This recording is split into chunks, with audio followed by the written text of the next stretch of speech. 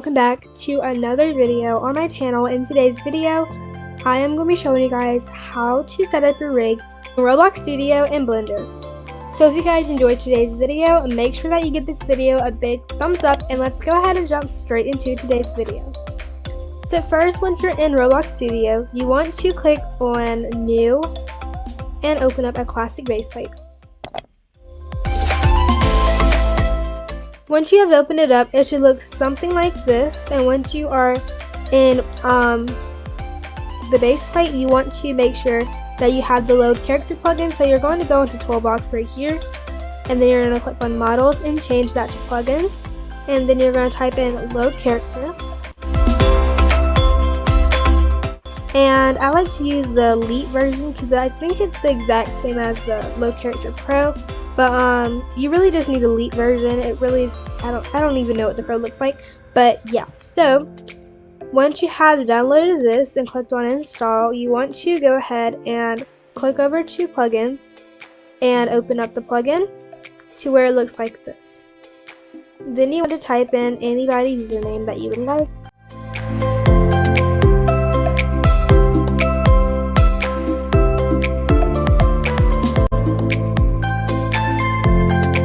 Once I have her avatar imported, I'm going to click on this arrow in Explorer. If you do not have the Explorer tab open, or you can't even see it at all, click on View and then open up Explorer by clicking on it.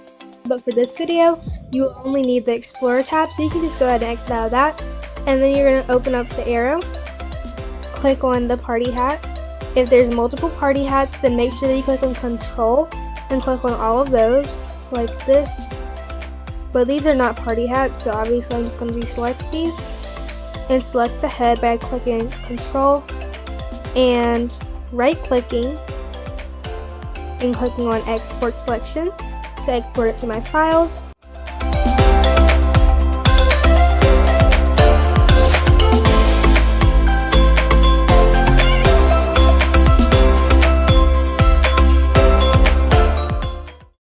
Done that, I'm going to click on delete on my keyboard or backspace. Then I'm going to select the body until it's highlighted in blue with my username highlighted in blue.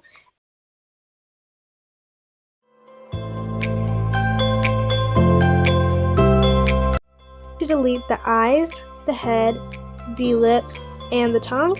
And I like to, in my other video, when I first attempted to do a transparency effects, I did it one by one, not knowing that you could actually just select it like this and delete it.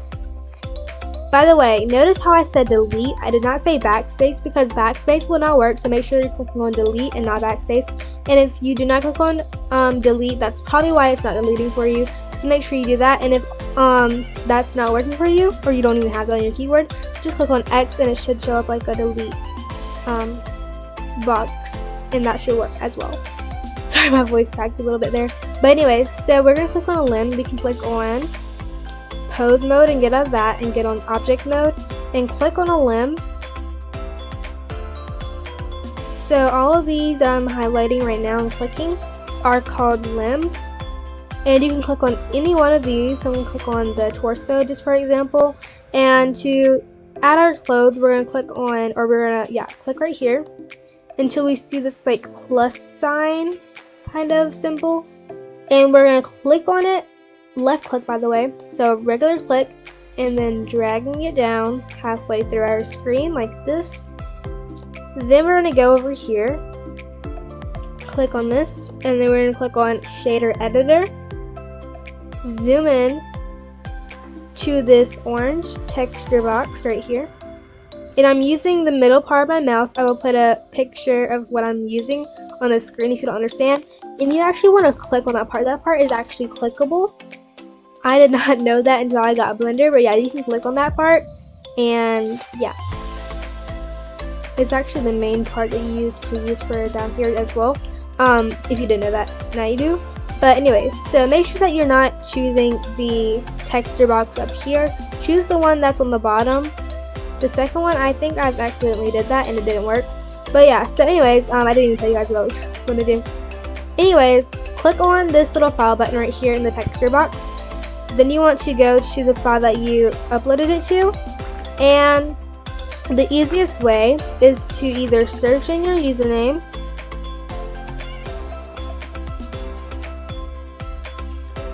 like that, and it'll show your texture, or you can just go ahead and click on, I forgot what it's called. Okay, let me see if I can find it. Click on sort by modified date.